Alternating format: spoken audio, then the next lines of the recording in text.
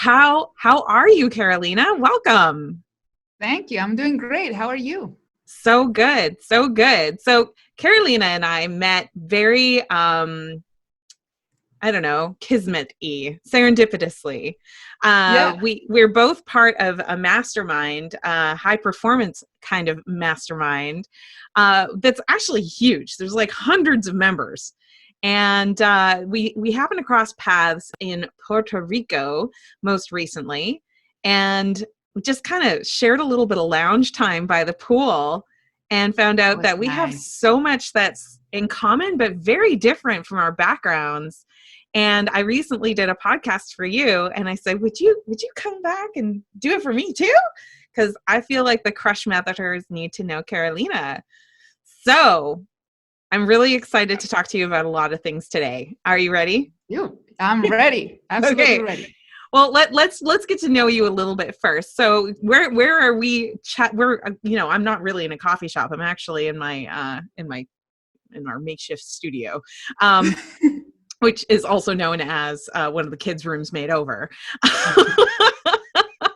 But where are you tuning in from? Well, I'm home. I'm at my office in Chile, In Chile. I love in it. South America. For those who don't know where that is. Oh my goodness. Oh my goodness. And see, this is why I joined masterminds, right? Is you get to form relationships with people all around the world doing amazing, crazy things. So one of the things that really caught my attention is when you stood up in the mastermind and you were talking about how giving you can be, and how you can be very successful with online campaigns just by giving a little bit of yourself. And it really caught my attention, because I feel like whenever we're talking about online marketing, or we're talking about like how to sell courses and how to, do things, it always becomes about like the technology, doesn't it? Yeah. Yeah. And like, what are the landing pages, and what are the magic voodoo words that I need to put in my copy? And you just really impressed me, because you stood up and you're like, maybe you could just give a little bit of your time as a bonus. So just so people have a little bit of context, what is your business experience? Yes. So I started my first attempt at a business about 12 years ago. A really long time ago, 2008. Oh my God, I'm a dinosaur. I was at my job in human resources at the time. And one colleague approaches me about a business opportunity with a network marketing company. And so I took it. Like, I looked at it. She made it look really appealing. They do that. And they do that. She did the whole Excel projection 3 years.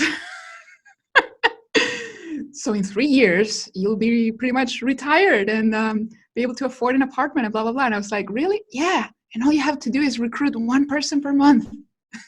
And that person has to recruit one person. And that person has to recruit one person. Right. Seems simple enough, right? Seems well, simple. It wasn't. Yeah, it wasn't. So, and this was September 2008, by the way, if you guys remember what happened then. I literally invested, and a week later, the economy crashed. So, and of course, a lot of the people in our community are coaches, and they've maybe really recently finished wrapping up like a coaching certification, or maybe they're just starting a coaching certification. The coaching schools that I'm really familiar with, they all moved to like virtual experiences instead of traveling to them and all of this kind of thing. And so this is like a tough time to be starting something new. But I couldn't help but notice you're still here. You're still in business. Of course I'm still here. So, and so are you. Exactly. Yeah, because if you really want to do something, you don't give up. So of course, the world was, the economy was crumbling down, and I had just invested a whole salary into this. It was $1,000, which was my salary at the time, which over here is an okay salary for a professional, but you don't do that much anymore with that kind of money.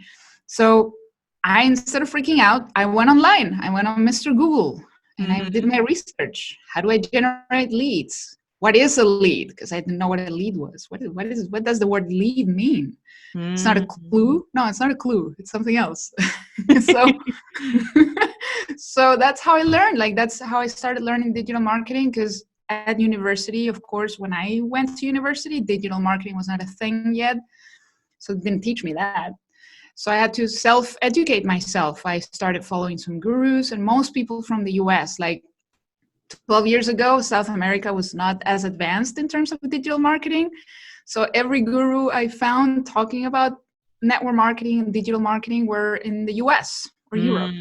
So I started learning, implementing step by step, and I discovered I was really passionate about social media. Suddenly I joined Twitter, I joined everything they said. Hey, you need to be here, you need to be here, you need to be on YouTube. Okay, I joined everything. And then a couple of years later, I kind of gave up on the network marketing thing because it really wasn't for me. So I only recruited like 2 people in 2 years. Oh, wow. You're a little off the spreadsheet. Well, yeah, a little off. The 3-year projection, not happening. So, but I started working, what I started doing was a freelance social media, like between consultant and manager. So I quit my job in 2010, 10 years ago, oh my God. And from there, I started slowly gaining some clients, first locally here in Chile. Then I started branching out to US and other countries. And then I started getting into affiliate marketing as another income stream. Then I started to do coaching, mentoring, speaking. And so today I do like all those things, like a lot of stuff, right? Between marketing, speaking, online courses, coaching, affiliate marketing. Those are probably the main things I do. And basically helping other entrepreneurs and coaches and people who are looking to generate leads, because I finally got how to do it. Yeah. Because I think that's like every new coach or every new consultant, every new business owner, really, that's the first thing is like, who could be a prospective client? Where do I find prospective clients? And, there's a lot of mindset shift involved in that, because it turns out that fully half of the world's population is connected on social media right now. So your problem is not finding leads. It's a little different. It's actually the connection, isn't it? It's the connection. It's figuring out how to convert those leads, of course. That's the harder part. That's the harder part. It's generating that trust, building that brand so that people get to know you, like you, and trust you. Because traffic is never scarce. Like there's an abundance of traffic. Like you can get all the traffic and leads you want, but what are you going to do with them? Are you going to serve them properly or what? So that's the key. And it all takes learning, right? I think we've all been enticed by that little blue button that Facebook has, where you hit the boost and it's like, maybe I'll just boost my project or my workshop or my event or my webinar or whatever. I'll just boost my post about that. And then I'll, it'll make it rain, or I'll get a lead or something like that. And all it does is show you how easy it is to spend money. No, and the worst thing about that little boost button on Facebook is it's such a liar when it tells you that, ooh, this post is doing 95% better than most of your posts. You should boost it. That's not true. I know. It's like candy for an entrepreneur. It's like, ooh, maybe I might be cracking that code. And, it turns out everybody's getting the same message, right? And it's relative to now we know a little better. Yeah, we know a little better. It's so true. I think one of the things that really stood out, Carolina, like when you invited me to your podcast, and I was like, hard yes, absolutely, I would love to do that.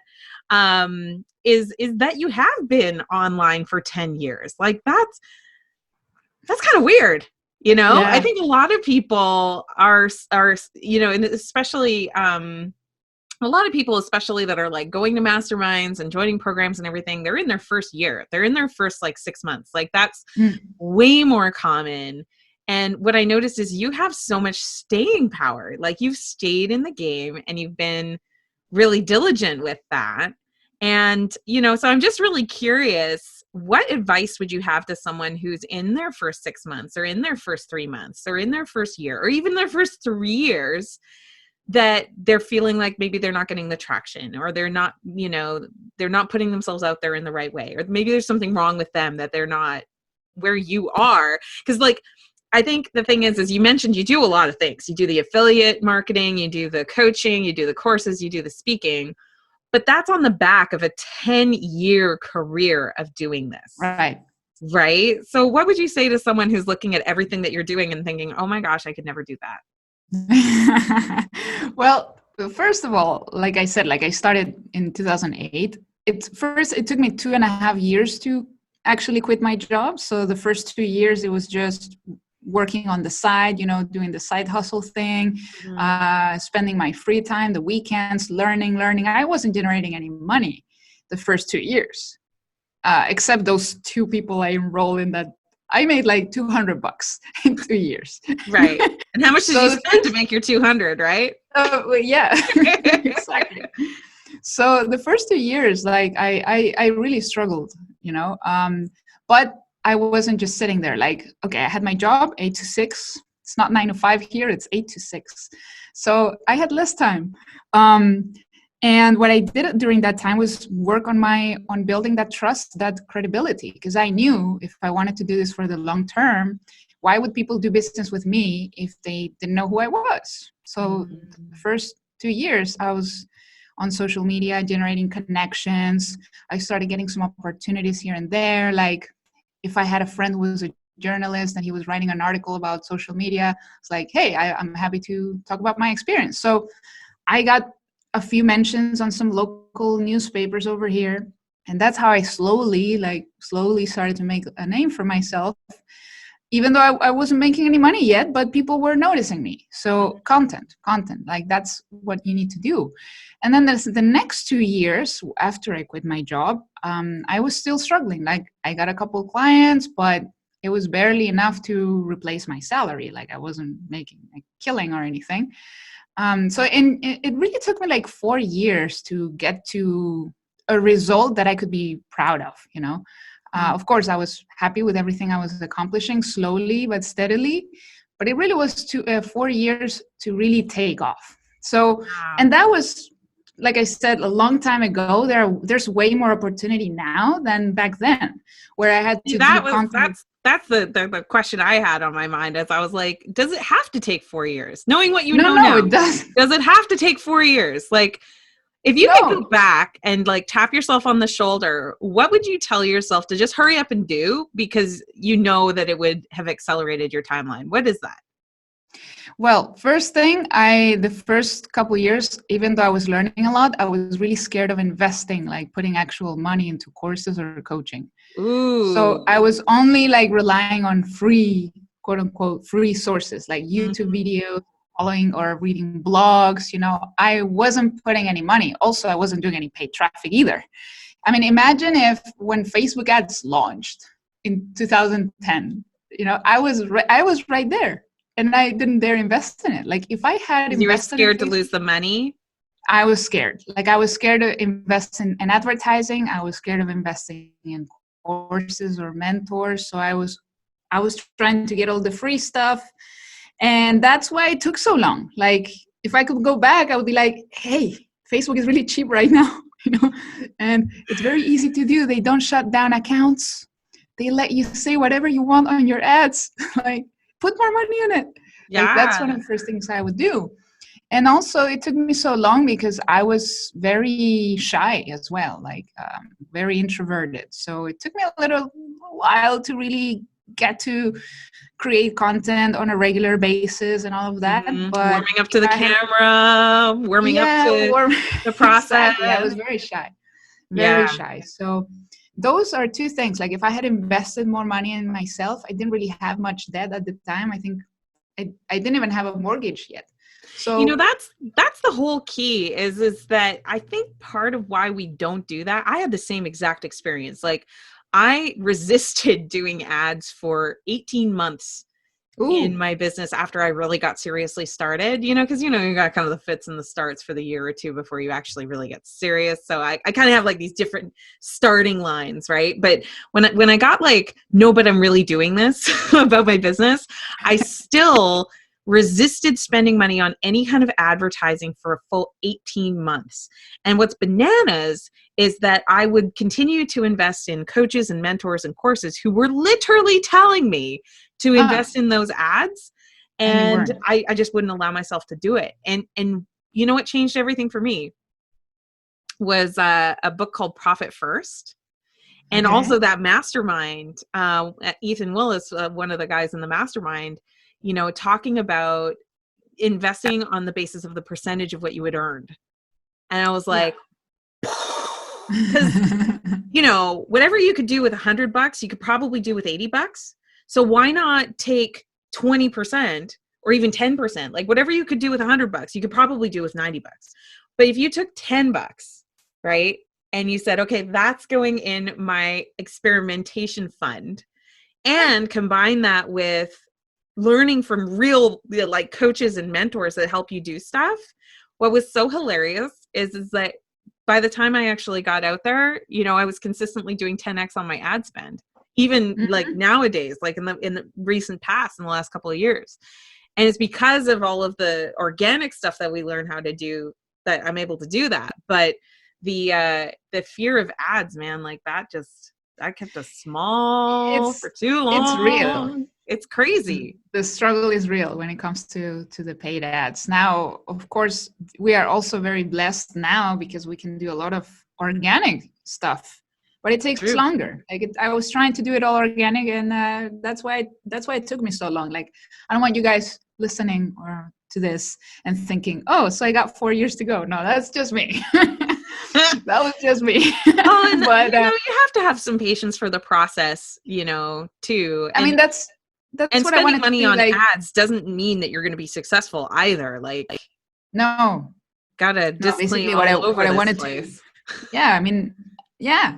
What I wanted to show people is that if you're patient, like if it's your first year, your second year, like keep going, because if you keep going and you are persistent, you will get there. And for some people, it happens way sooner.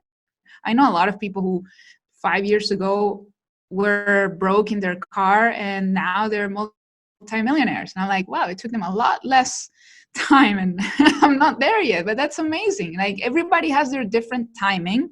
Mm-hmm. Everybody is going at a different pace and everybody has different goals too. So different goals, different resources, different risk tolerances, like everybody is super different. So yeah, having patience for your own process and comparing you to you, right? Like I think that's a big that's really hard actually. With everything so available on social media, and like you see ads that say, "Oh, don't do it this way, do it this way." And you're like, "Okay." And you go and you do it that way. And then you see another ad that's like, "Don't do it that way, do it this way." And you're like, "Okay." And you kind of go over to the other you get pulled from so many different directions. It's exactly. Like, it is kind of crazy. Well, and you know, I can't help. So sorry on podcast, but on video, you know, there's that little gear on the wall behind you. Tell us a little bit about that. What is that? The Clickfunnels thing? How'd you earn it?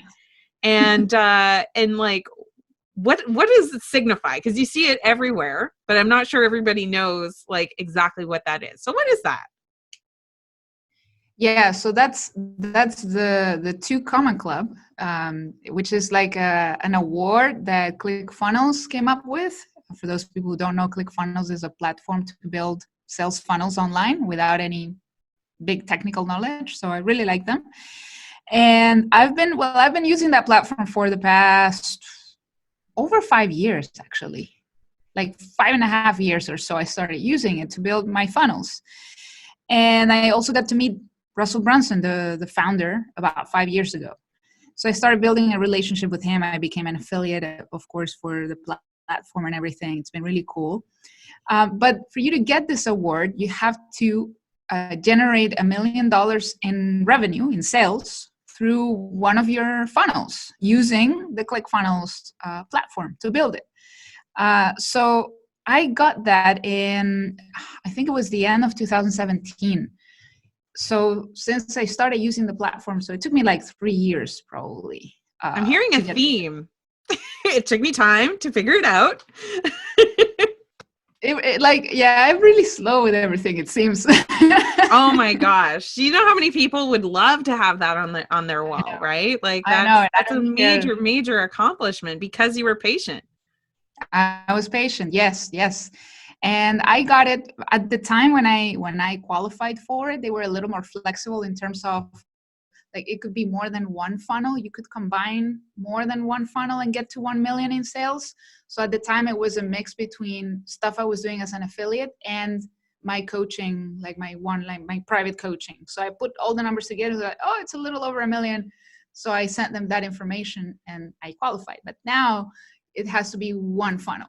So whether it's just your coaching or just your affiliate or just like one product, one funnel that generates $1 million in sales, and they send you that award. And not only they send it to you to your home, but if you go to their live event, you get to like receive it on stage and everybody's watching. And so it's kind of a big deal. It's really, that's kind of really, a big deal. Exactly. Yeah. That is really exciting though. I mean, like, how did it feel to realize that you qualified for the award? And like, what was that like? Well, it was really cool. Actually, I think I qualified a little before I noticed, because I wasn't sure I could put two funnels together. And then this friend tells me, hey, I just submitted my application for the Two Comma Club award. You should too. And I'm like, oh, but I don't have one funnel there yet. Oh, but it doesn't have to be one funnel. Okay. So I did it. And then they got back to me and said, hey, congratulations, So I sent them all the proof and everything. And then they sent it to me via mail. It was really cool because I didn't think they would send it all the way here. And also I was scared it would break because it's an on frame with glass. And I live far. So yeah, it was amazing. I think that's another thing that I hear a lot in our community. Sometimes people say, oh, I don't live in California, or I don't live in a big city, or, there's some reason that I can't be successful as a coach or a consultant because of where I live, or maybe I live in a rural location. And, you're shaking your head violently here. So what would you say to somebody who thinks that, like, because they're not in the middle of the hub, that they can't be successful? I'm clearly not in the middle of the hub. Like, if there is a hub in my country, I also don't live there. Like, I don't live in the capital. I don't live in the big city. So let's start there. And second, I don't live in the US. And I have clients there. I have clients in Europe. I have clients in Australia. Like, it doesn't matter where you live. Third, English is not even my first language. It's my second. And good one. Like, I get clients who are native English speakers who could go work with a native English speaker, but they pick me because they don't pick you because of where you live. They don't pick you because of where you come from, what you look like. Of course, there are some people who are racist, but I'm not attracting those. There you go. You got a diverse audience, a diverse crowd. Yeah. So, I mean, most people, like, it really depends on how you position yourself, and never think that where you live, where you come from is a disability or a disadvantage. Actually, you can use that to your advantage a lot. Like, I've had a lot of people who come to me, like, because I'm a woman, and so many women feel like, because I'm a woman, I mean, it's a disadvantage. In my case, men seem to trust me more than other men. Yeah, I have the similar kind of effect in my private practice. In our group programs, it's a little different. It kind of flips.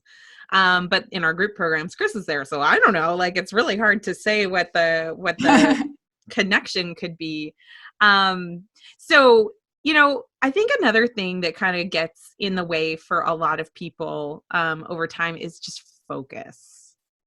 So what would you have to say about that? You scrunched your face a little bit with that's me. With that one. What do you think about that idea? Like, if you were to just focus on one thing versus like trying to be lots of different places, your strategy is very diversified, right? Like, you are doing a lot of things kind of intentionally. So how can you kind of like have it all, but not get pulled into so many different directions at one time that you don't get anything done? Because I think that's where most people kind of fall apart.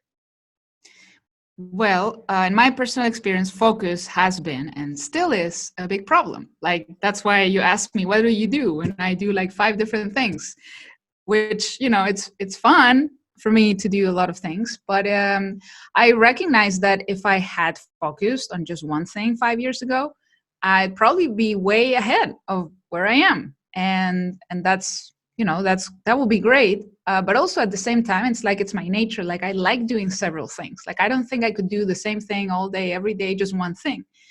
But it is true that the fewer things you focus on, the better, because otherwise you spread yourself too thin. Your branding is going to be unclear. So, okay, so you do 5 things, but then what are you known for? Like, people want to know, what is that one thing you're known for?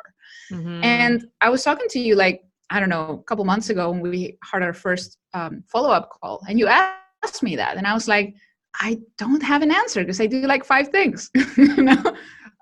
It has worked out for me, but I think if I positioned myself for just one thing, I would probably have more, you know, a larger following. It would be easier for people to understand what I do.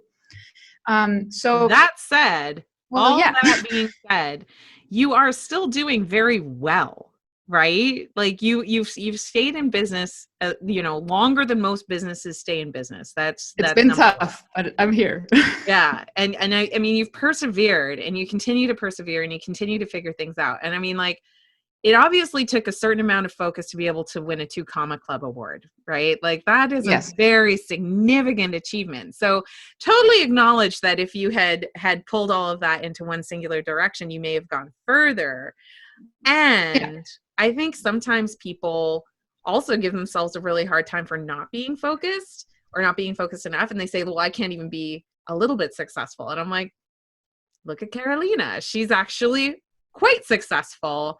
And you know, I think sometimes we got to catch a little bit of a break. Plus, I mean, you look at somebody like a Gary Vee, right?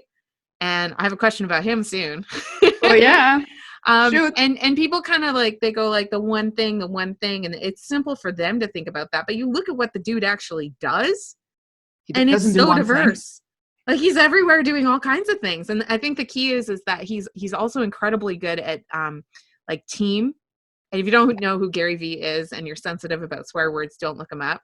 But you know, he's a prolific marketer, and he's been I think prolific is honestly the best word to describe the dude. He's just everywhere, you know, and he moves so fast. But his genius, his real genius, besides his conviction, is that he does team really well. So he doesn't personally do very much other than speak and just kind of like delegate down and make sure that things are happening, right? And wildly successful, but very diverse again, you know, not just that one hit wonder. No. Yeah. No, and I think, I mean, if you've been around for a while and you've heard people say that the most dangerous number in business is 1. Like, you shouldn't have one income source. You shouldn't have, you know, one source of traffic. You shouldn't have one anything. But then there are other people telling you should only have one thing. So again, you get, okay, who's right? It's probably somewhere in between, right? Exactly. And you've got to find your mix. Yes. So I think it's good to have a healthy balance. So I don't want people to be doing 10, 15 things, but you can do like me, where I do like, you know, or 3 or 2 known for. And then there are other things you're going to do on the side that people are not going to even know about. Like, you could have your investments, and you're not known as an investor, but you are diversifying your cash flow and put it into investments. Mm-hmm. But then when it comes to your branding, to your message, that's where there should be a little bit of focus and congruency. And so the different ventures that you get involved in should somehow converge into that same message. So if you can keep focus there, then you can have 3, 4 different things you're doing, as long as there's some alignment, right? Mm-hmm. So I don't have a cooking show on YouTube and then a business podcast and then talking about pets somewhere else, right? That's where you're really going to confuse your audience. So right. Focus there. No, that makes so much sense. So I do have to ask. So one of the things that I noticed is you've gotten some incredible guests on your podcast, and you're very humble about this. But I have to ask. You know, her very first podcast has Gary Vee as an interview, and it's great. I mean, I listened to it and I was like, you know. Oh, you did? It was fun. Yeah, no, it was really good. And I was looking down the lineup and I'm like, how does she get these very successful business people to give her 20 minutes and do an authentic podcast? And like, they're so patient with you too. I listened to a few of them. They're so patient and they're so willing to give you that time. So Dish. How'd you do it? Okay. All right. I'll start with the Gary Vee one because here's the thing. And Russell Brunson talks about this a lot. If you get one of the quote unquote big players or whoever in your industry to say yes, it'll be a lot easier to get the second yes, the third yes. Oh, that makes sense. So for me, it was like, how do I get that first one big person? And with Gary, I had been building that relationship for a few years. Like I started following him on Twitter in like 2011 or something. He wasn't even that big yet, as he is now, right? So I started following him then. And I remember one time when I finally had enough money to travel and go to seminars, I saw this one seminar he was speaking at in San Diego in the US. And I was like, oh, Gary's speaking and this other guy is speaking. I need to go. And I think I tweeted that. And he noticed my tweet. This was 2015. He noticed my tweet. He liked my tweet and he followed me back. I was running around in circles. Gary Vee just followed me. Oh my God. I was fangirl. Oh my gosh. Yeah, that's exciting. Very exciting. Like he followed me back and I was like, oh my God. And obviously before that, I was one of those people that, liking what he tweeted, retweeting him, again, making sure they notice you. Like you're there, you're not just out to get something, but you're a real fan. Like that's the first thing. Show these people that you're a real fan. And I was. And then I remember I tweeted him, like it was a couple months after the event took place in 2016. And I tweeted him like the same day of the seminar. Hey, Gary, I'm at the seminar. I know you're speaking. I'd love to meet you. And he replied and he said, sure. What? I'll be at the lobby. I'm like, what? So again, fangirling. He was like, yeah, meet me at the lobby at 4 p.m., something like that. When he replied, though, I was inside one of the seminar rooms. And you've been to seminars, sometimes reception is not great in there. Oh, no. Oh, yeah. So suddenly I go out for a little break and I check my phone and I see his reply. And I was 10 minutes late. I'm like 10 minutes late for Gary Vee. OMG. Yeah. Shoot. I start running to the lobby. And he was still there. It was really funny because I get there. There were like maybe 6 people around him. Like I'm telling you, this was 4 years ago. He was already big, but not that big yet. I get there and he was talking to someone else and people turn around and they're like, are you the one he's waiting for? And I was like, what? Oh my gosh. That was so embarrassing. And I'm like, hey, Gary, it's me. I talked to him a little bit, took a selfie. I was so starstruck. I didn't even do a video with him or anything. It was just the selfie. It wasn't even a selfie. Someone else took it. But yeah, that was how I met him. And then from there, I kept building that relationship. Then I did my first interview with him, which is not yet on my podcast. I never published that one on the podcast. It's on YouTube only. So you have 2. The same year, 2016. I have 2 interviews with Gary Vee. And the second one was for the podcast, yeah, for when he launched the Crushing It book. So love it. That's the Gary Vee story. And then with the other guests I have, they're not that exciting. The stories are not that exciting. But it was a similar pattern where I really love this person. And I'm going to show them that I care. I'm going to follow them on Instagram, comment on their posts, like their posts, retweet them. So they follow them on every platform. They do see it. Trust me. Even the ones who have a team handling their social, because for example, a lot of them check their own Instagram messages. Mm-hmm. A lot of them do their own Instagram stories. So at some point, supposed to do, but anyway. Yeah. At some point they check, they look at the comments, even if someone else is replying for them, they are aware of the top fans. So if you show them you are a top fan, and then once you get that first yes, it's easier because you just, who do I have to email here to get this person's okay, this is the assistant. And you're like, hi, I have this podcast. I don't even mention how many downloads I have because it's really sad. It's not that many. So I name drop, I've interviewed Gary Vee. I've interviewed Grant Cardone. Like Grant Cardone was also a big name that I got early on the podcast. And that's how I've done it. Just be present in their social feeds. If you make it to a seminar and they're a speaker, figure out if you can meet them. Like really show those people that you care, and don't start the conversation with, hi, I want to interview you. If you've never showed them that you exist, that's the worst you can do. See, I mean, you're so funny because you've had a longer journey. It's true. Like it's taken time, but I almost wonder like how much of that is your secret sauce, right? Because most people wouldn't stick with having the relationship with someone for so long and chance being rejected and chance being, ignored and all of this kind of thing. Like people don't have that kind of patience, I don't think, in general. Yeah. And I've gotten ignored and I've gotten a bunch of no's, but I keep going. Yeah. Well, we like to say around here, yes lives in the land of no. Right? You do have to be willing to put yourself out there.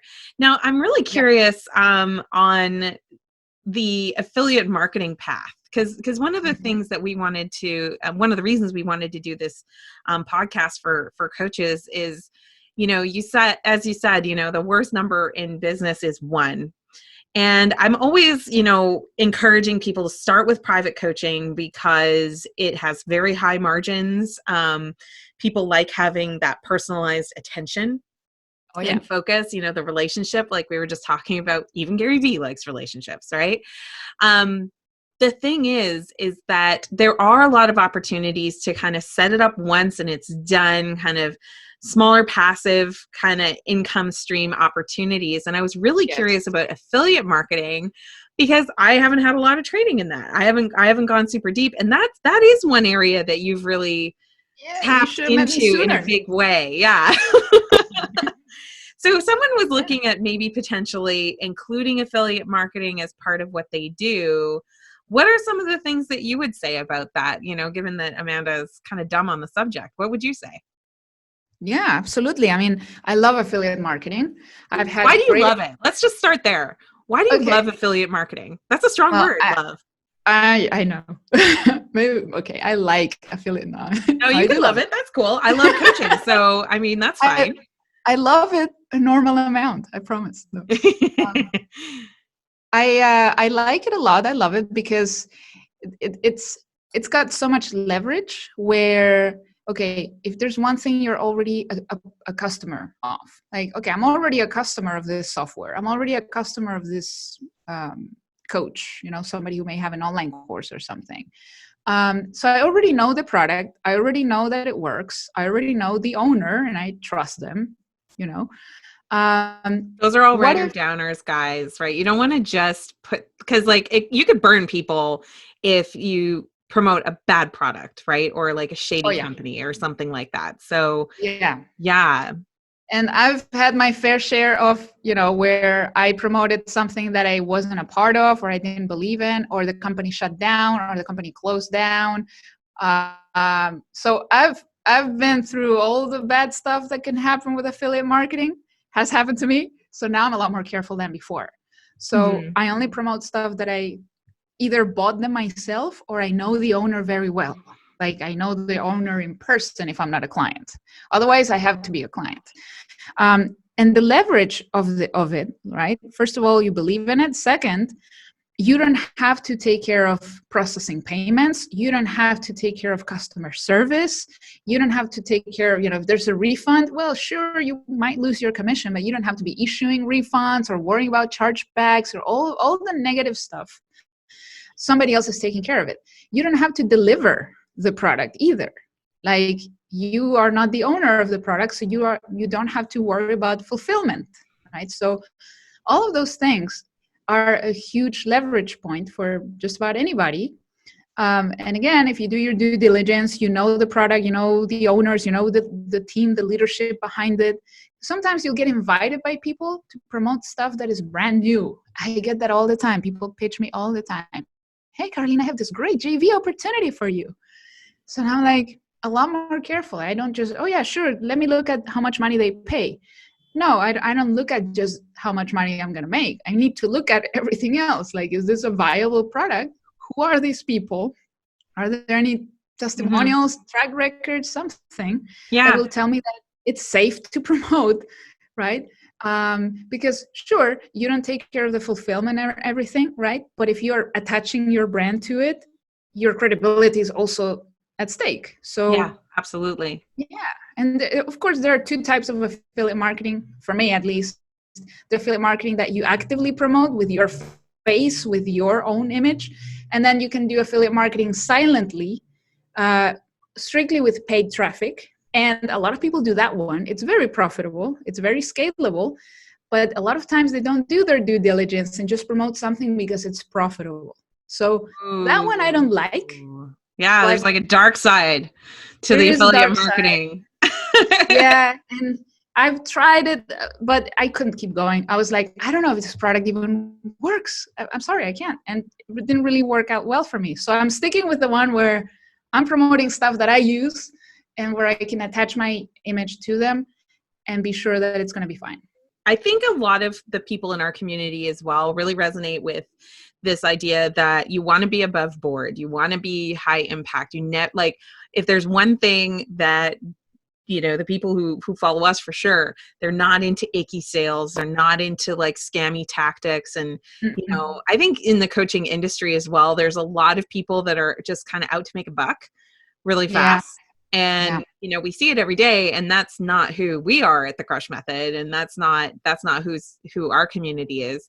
So like, how can you add affiliate marketing to what you're doing and be like super above board with all of it?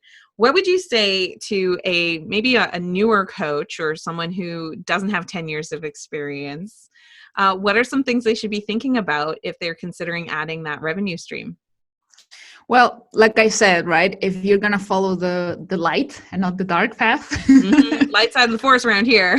Yeah, yeah. The force, which side of the force, right? Um, only offer products that you're already buying, that you're already using. So figure out if the online courses that you have bought have an affiliate program. Figure out if the software that you're using on a daily basis for your business has an affiliate program. Sometimes they'll call it a referral program, but it's pretty much the same thing, where you get commissions or some kind of reward for referring somebody else.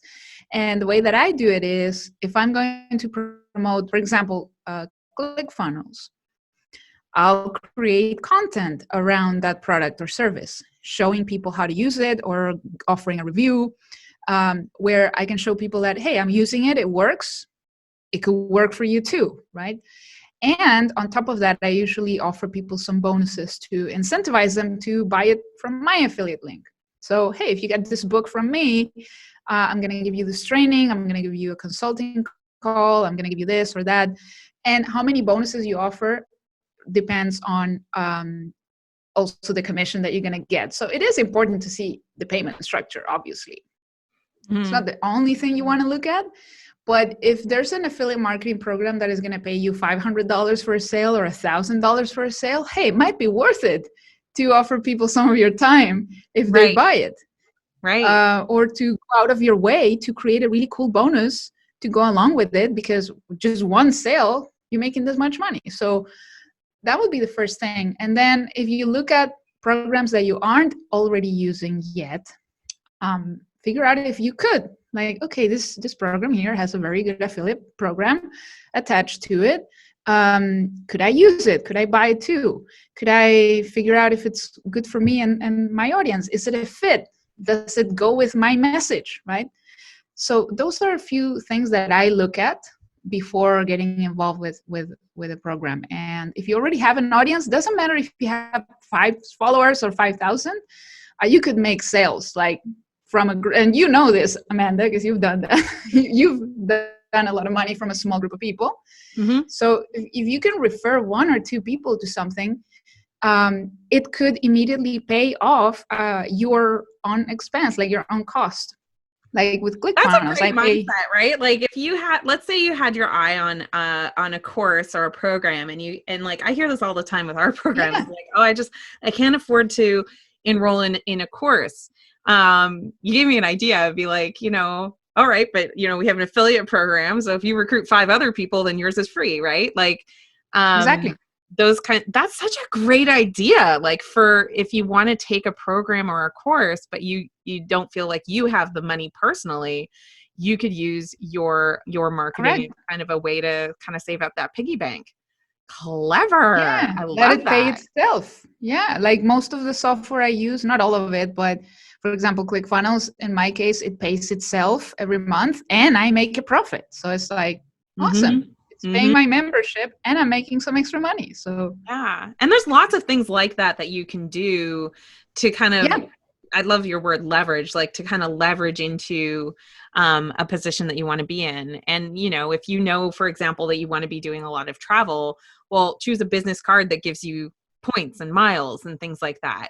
If you know you're going to be using certain kinds of software or things like that, look at what they have to offer. And if you're yeah. a super fan of somebody, reach out to their customer service and say, hey, like, how could I affiliate and promote? I actually got an email like that just like 3 days ago. I got an email There from you go. somebody and they were like, hey, I hear you've got this really good program.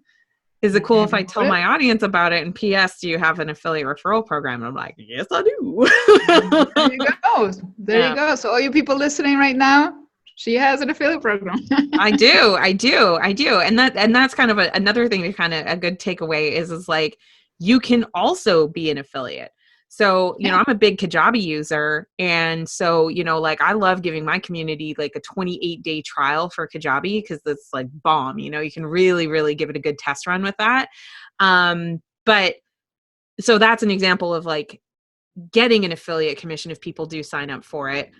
But you can also create your own affiliate thing. And I think ClickFunnels has that ability too. If you have a certain level of the product, you can actually have affiliate set up so that Yeah. you are affiliating. You're not just an affiliate. Well, there you go. Affiliate. No, that's not a word. Yeah. I don't know what But it is exactly, but I'm saying like both sides. You could yeah, reward people for selling your products, and you could receive rewards for promoting other products, and then you've got like this kind of cool win-win situation. How can people follow you and find you? Like what's next? oh yeah, absolutely. So you can find me on Instagram or Twitter at Carolina Millan. So my full name, my last name is spelled Millan, Mm-hmm. like melon. I'd love to Leanne, hear from. we've been through this. We've been through this. But if anybody listens to this podcast and they want to connect, I'd love to hear from you and see if you got value. Of course, I also have a podcast. It's called Beyond the Hustle. You'll find it on all the main podcast platforms. Amanda did an interview with me, which you should listen to. And of course, my blog, which is not very updated right now, but if you want to check it out, learn a little bit more about what I do, it's carolinamillan.net. That's my English website. I have a Spanish too, with .com. Oh my goodness. Yeah. So more diversity. I love I it. know we didn't even get to that, but I do content in both languages, so more diversity.